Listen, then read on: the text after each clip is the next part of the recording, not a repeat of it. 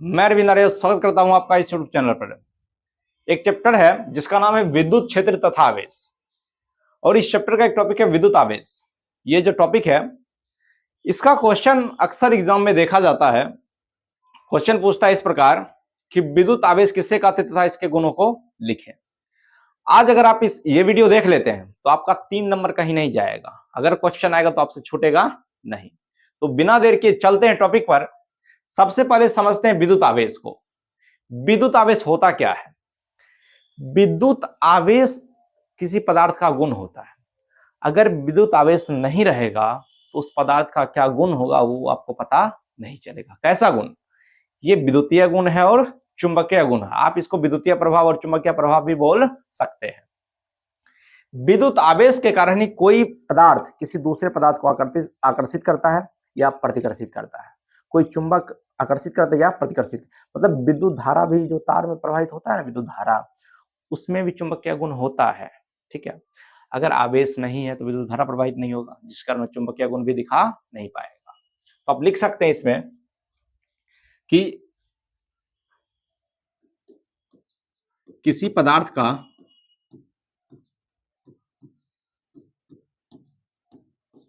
वह गुण जिसके कारण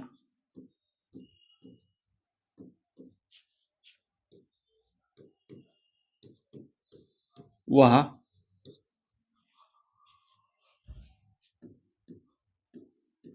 विद्युतीय गुण तथा चुंबकीय गुण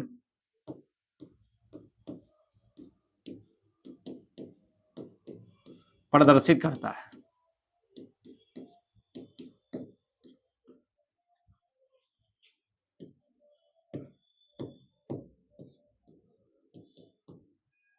क्या कहलाएगा? उसे आवेश कहते हैं।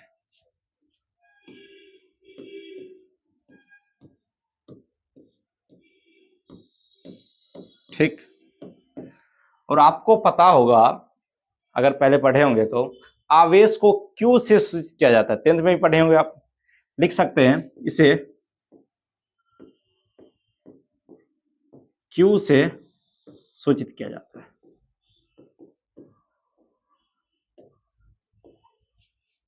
सूचित किया जाता है। अच्छा, विद्युत धारा को आई से आप 10th में फॉर्मूला पढ़ेंगे। विद्युत धारा बराबर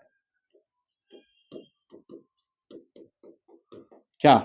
आवेश बटे समय अंतराल। आवेश को क्यू से, समय अंतराल को टी से, और विद्युत धारा को आई से। आई बराबर क्यू बटे टी है। बताइए, अगर समय इधर भाग में इधर आएगा तो गुना में, तो आप लिख सकते हैं क्यू बराबर आई बटे टी। ठीक, तो आप लिख सकते हैं आवेश का सूत्र क्या? आवेश बराबर विद्युत धारा इंटू समय। और आवेश को कथी से? क्यू से लिखा जाता है, और विद्युत धारा को आई से और समय को टी से। समझे बाबू?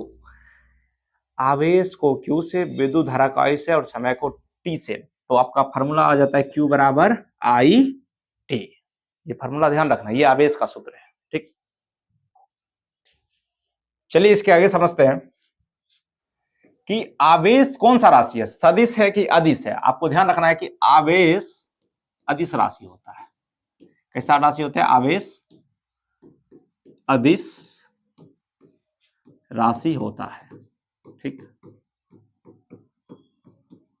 अच्छा, आवेश का एसआई मात्रक क्या होता है पता है आपको? आवेश का एसआई मात्रक होता है कूलम। तो इसका एसआई मात्रक जो होता है क्या होगा? कूलम्ब होता है। कूलम को कथी से? सी से सूचित किया जाता है। बीमीय सूत्र आपने 11th में पढ़ा होगा, तो उसमें भी लिख सकते हैं कि बीमीय सूत्र इसका क्या होता है? एटी। क्या होता है? ए पर पावर 1 और टी पर पावर 1। या तो आप इसको ऐसे लिख सकते हैं, या आप लिख सकते हैं m0 l0 टी पर पावर 1 और ए पर पावर 1। उस तरीका से भी लिख सकते हैं और इस तरीका से भी लिख सकते हैं। एक इसका सीजीएस मात्रक होता है स्टेट कूलम। तो सबसे पहले हम जानते हैं कि एक कूलम बराबर कितना स्टेट कूलम होता है? एक कूलम बराबर 3 गुने 10 पर 9 स्टेट कूलम होता है। ठीक। अगर आपको एक स्टेट कूलम पता करना है, क्या पता करना है? एक स्टेट कूलम। तो आप बताइए, ये गुना में इधर आएगा तो भाग में हो जाएगा। आप लिख सकते हैं 1/3। अच्छा, 10 पर पावर भी नीचे में रहेगा, इसको ऊपर ले जाएंगे तो माइनस में हो जाएगा। नीचे प्लस में रहता है जब भी कोई पावर, तो ऊपर ले जाते हैं तो माइनस में। आप लिख सकते हैं 10 पर -9 कूलम। ये चीज ध्यान रखना है, बहुत ही इंपॉर्टेंट है। एक कूलम बराबर 3×10⁹ स्टेट कूलम, और एक स्टेट कूलम बराबर 1/3×10⁻9 कूलम। ठीक।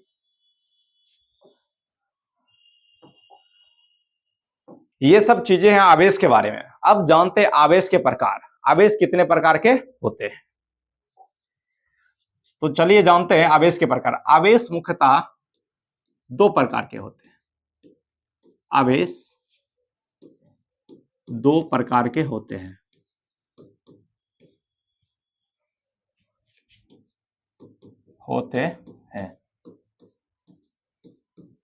पहला है धन आवेश। इसको इंग्लिश में क्या कहते हैं? Positive charge. क्या कहते हैं? Positive charge.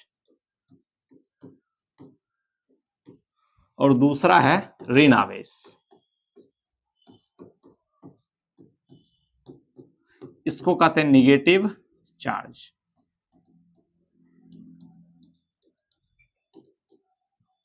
आप समझिए कि धन आवेश कब आता है। हर एक परमाणु में, आप 9th में पढ़े होंगे कि प्रोटॉन और इलेक्ट्रॉन बराबर होता है। जितना प्रोटॉन होता है उतना इलेक्ट्रॉन होता है, ना कोई ज्यादा होता है ना कोई कम होता है। तो धनावेश आता कब है? जब इलेक्ट्रॉन की कमी हो जाती है। जैसे ये माइनस वाला कम होता है, प्लस वाला ज्यादा होगा। जैसे ये आपका धन कम होगा, पड़ोसिया का धन ज्यादा हो जाएगा, आप गरीब और पड़ोसिया अमीर हो जाएंगे। उसी तरह धनावेश में भी होता है, इलेक्ट्रॉन प्रोटॉन बराबर रहता है, जैसे इलेक्ट्रॉन घटता है प्रोटॉन ज्यादा हो जाता है, ये कथी हो जाएगा? धन आवेशित। यानी धन आवेशित जो वस्तु है उसमें कथी होता है? इलेक्ट्रॉन की कमी। क्या होता है? इलेक्ट्रॉन की कमी। और जो ऋण आवेशित होता है उसमें इलेक्ट्रॉन की अधिकता होता है। इलेक्ट्रॉन ज्यादा, माइनस वाला ज्यादा, प्लस वाला कम, तो उस प्रकार दिया जाएगा ऋण आवेश। आप लिख सकते हैं इलेक्ट्रॉन की अधिकता।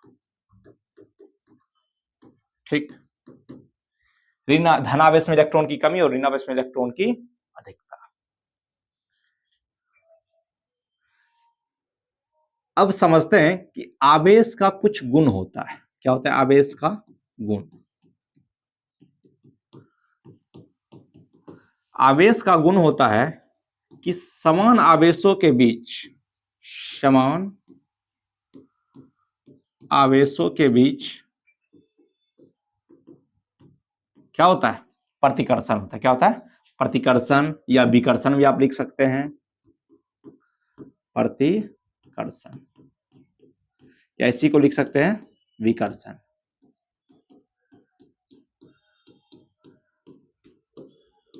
ठीक। आप ऐसे लिख सकते हैं। देखिए,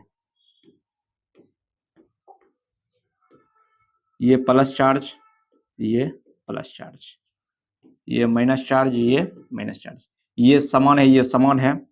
तो इस पर क्या होगा? इस आवेश के कारण इस पर इधर बल लगेगा, और इस आवेश के कारण इस पर इधर बल लगेगा। इस आवेश के कारण इस पर इधर बल लगेगा, इस आवेश के कारण इस पर इधर बल। जैसे ये प्रतिकर्षण होगा, दोनों आवेश कहां जाएगा? दूर दूर जाएगा। तो इसके और इसके बीच क्या होगा? प्रतिकर्षण। क्या होगा? प्रतिकर्षण। उसी तरह इसके और इसके बीच क्या होगा? प्रतिकर्षण। ठीक। अब देखिए इसका दूसरा गुण। दूसरा गुण क्या है कि वह समान आवेशों के बीच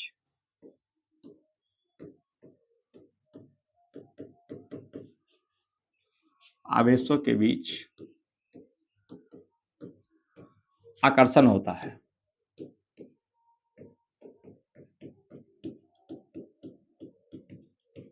यानी आवेश अगर क्या रहे, ये माइनस रहे, ये प्लस रहे, तो ये दोनों क्या है? विपरीत आवेश है और समान आवेश है, दोनों एक बराबर है? नहीं, एक माइनस है, दूसरा प्लस है। तो इसके बीच क्या होगा? आकर्षण होगा। क्या होगा? आकर्षण होगा। ठीक, ये आवेश इसको कहेगा इधर आवो, ये आवेश कहेगा इधर आवो, तो दोनों कथी आएगा? पास पास आएगा। समान वाला दूर दूर, अपोजिट वाला पास पास। जैसे समान रहेगा तो दूर दूर, और समान वाला पास पास। आपको ध्यान रखना है, ये चीज ऑब्जेक्टिव में पूछता है कि समान आवेशों के बीच विकर्षण होता है और असमान आवेशों के बीच आकर्षण होता है।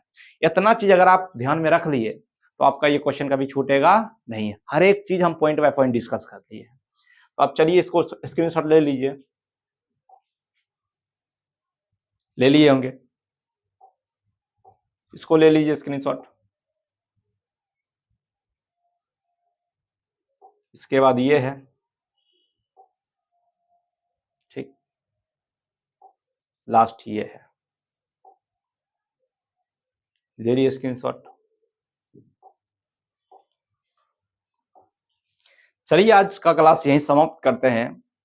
और जाते जाते आप एक चीज ध्यान रखिएगा कि कभी कभी ऐसा समय आता है जिंदगी में कि हर एक समस्या आपके पास आएगा, आपको लगेगा कि जिंदगी खराब हो गया है, जो भी सिचुएशन होगा आपके विपरीत होगा, लोग आपका साथ नहीं देंगे, आपको लगेगा अब अंतिम समय आ गया है, अब हम बर्बाद होने वाले हैं। तो उस समय आप याद रखिएगा कि जब हर एक चीज आपके विपरीत हो, हर एक परिस्थिति आपके विरुद्ध हो, तो ध्यान रखिएगा वहीं से कमबैक की शुरुआत होती है। समझे? जहां अंत होगा वहीं प्रारंभ होगा, अंति अस्था प्रारंभ, यानी अंत ही प्रारंभ है। ठीक, इसी के साथ आज का क्लास हम समाप्त करते हैं। फिर मिलेंगे दूसरे वीडियो में अगले टॉपिक के साथ। तब तक के लिए धन्यवाद।